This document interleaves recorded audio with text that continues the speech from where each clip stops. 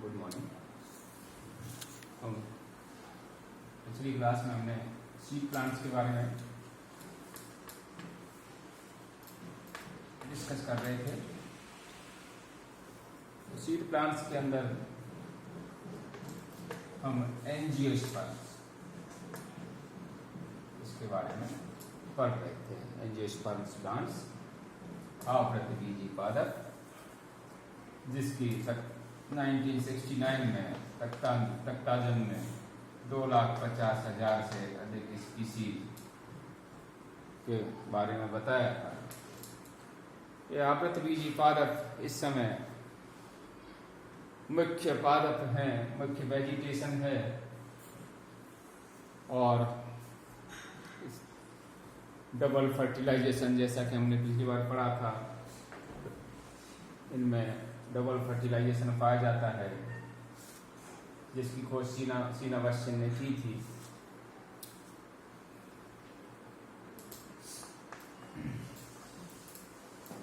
Double fertilisation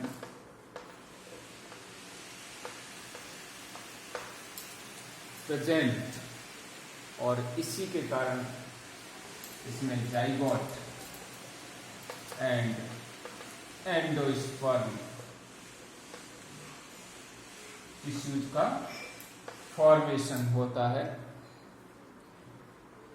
जब pollen grain यहाँ इस तरह से वर्तिका पर पहुंचकर या स्टिग्मा पर पहुंचकर ये इसका निषेचन पोलन ट्यूब द्वारा जब ये जर्मिनेट होता है और ये जर्म ट्यूब बनती है, पोलन ट्यूब बनती है, और ये आगे चल करके इस तरह से एम्ब्रियो सेक में पहुंच करके और फर्टिलाइजेशन करता है। तो यहाँ पर एंडोस्पर्म जो है वो पोलन न्यूक्लियाई द्वारा त्रिगुणित टिश्यू का फॉर्मेशन होता है, और इससे जाइगोट जो मेल और फीमेल गैमीट की फ्यूजन से बनते हैं, और ये आगे चल करके एम्ब्रियो भ्रूण का विकास करेगा, और इससे एंडोस्पर्म बनता है। तो जैसा कि हमने पहले पढ़ा था, जिम्नोस्पर्म्स में जो एंडोस्पर्म बनता है वो बिफोर फर्टिलाइजेशन बनता है, लेकिन एंजियोस्पर्म्स हैं उनमें ये आफ्टर फर्टिलाइजेशन बनता है। और यहाँ पर ये डिप्लॉयड या त्रिगुणित जो टिश्यू हैं वो बनकर वहाँ पर जो एंडोस्पर्म होता है जिम्नोस्पर्म्स में, वो हैप्लॉइड होता है। इसी तरह से वेसल्स एंड कॉम्पेनियन सेल्स यहाँ पर प्रेजेंट होती हैं वेस्कुलर टिश्यूज में, यानी जाइलम में वेसल्स प्रेजेंट होती हैं, और फ्लोएम जो होता है उसमें कॉम्पेनियन सेल्स जो डेड सेल्स होती हैं सीड ट्यूब के साथ वो प्रेजेंट होती है। मृदु तक सेल्स होती हैं, तह कोशिकाएं सीड ट्यूब्स के साथ पाई जाती हैं, ये जो जिम्नोस्पर्म्स में अनुपस्थित थी।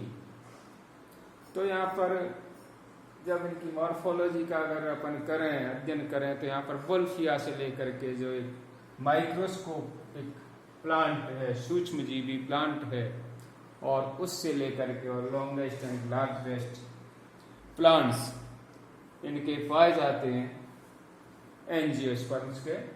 तो इनमें बहुत बड़ा वेरिएशन पाया जाता है इनकी मॉर्फोलॉजी में। बहुत ही सूक्ष्म पौधे से लेकर के और बहुत बड़े वृक्ष के रूप में ये पाए जाते हैं। यहाँ पर फर्टिलाइजेशन अगर बात करें, निषेचन, तो यहाँ पर साइफोनोगेमस टाइप का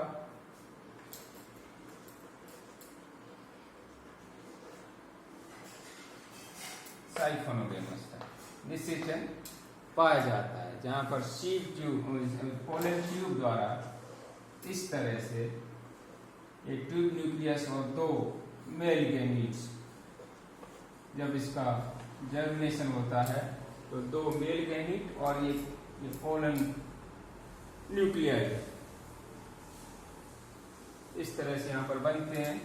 और ये मेल गैमीट आगे एक एग सेल से फ्यूज होगा और दूसरी पोलन न्यूक्लियाई से फ्यूज होकर के, और यहाँ पर ये जाइगोट और एंडोस्पर्म का फॉर्मेशन होता है इस तरह से।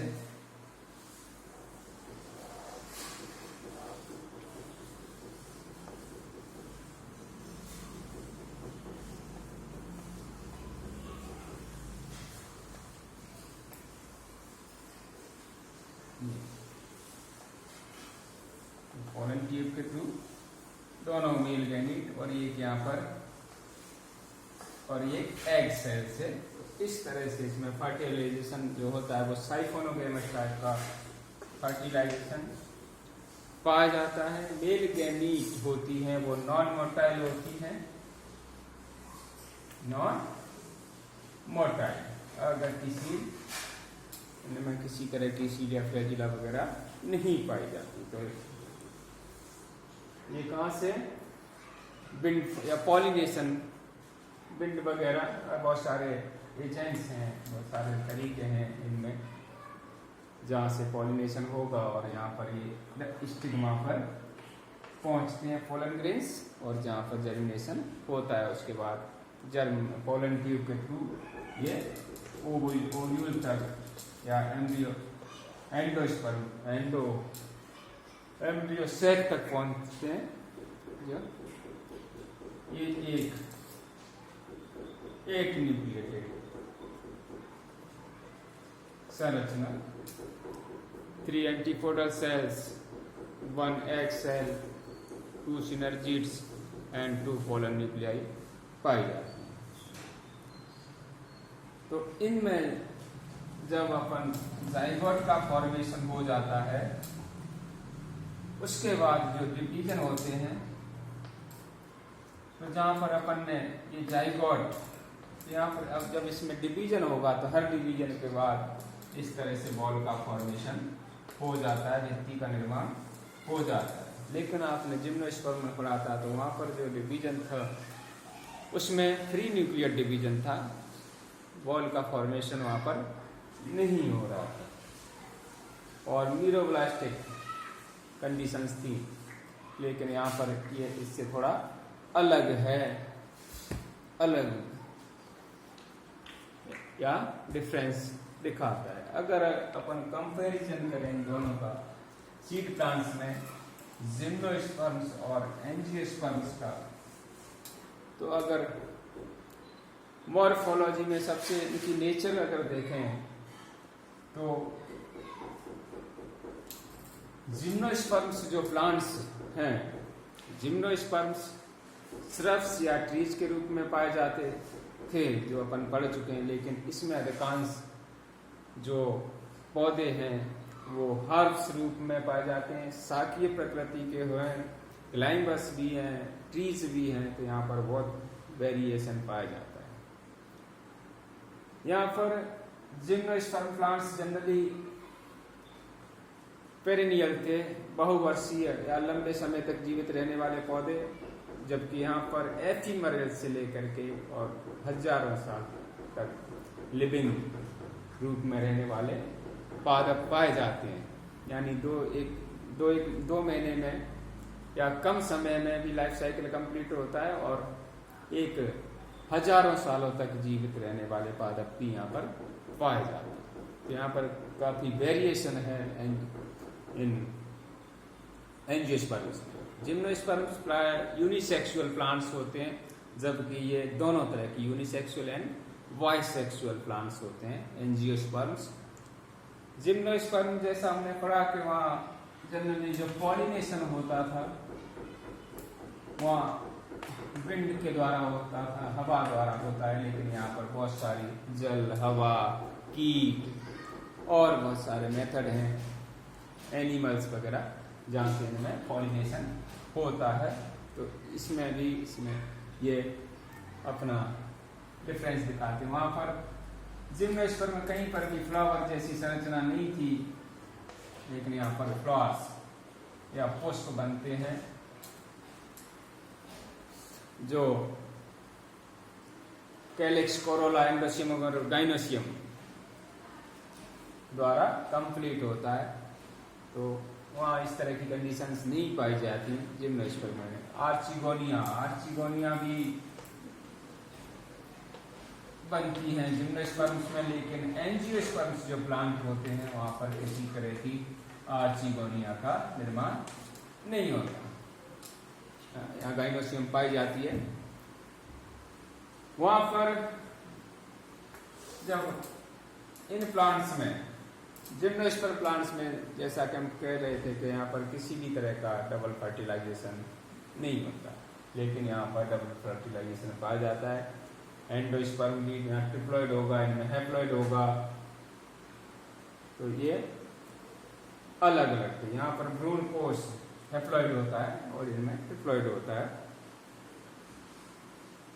एक और चीज जैसे अपन ने पढ़ा था कि यहाँ पर जो पॉलीएम्ब्रियोनी है इन जिम्नोस्पर्म्स, तो पॉलीएम्ब्रियोनी बहुभ्रूणता एक सामान्य लक्षण है इनका जिम्नोस्पर्म्स का, लेकिन जनरली यहाँ पर पॉलीएम्ब्रियोनी नहीं पाई जाती। बहुभ्रूणता एंजियोस्पर्म्स में नहीं पाई जाती। क्लीवेज पॉलीएम्ब्रियोनी का एक सामान्य लक्षण है जिम्नोस्पर्म्स का।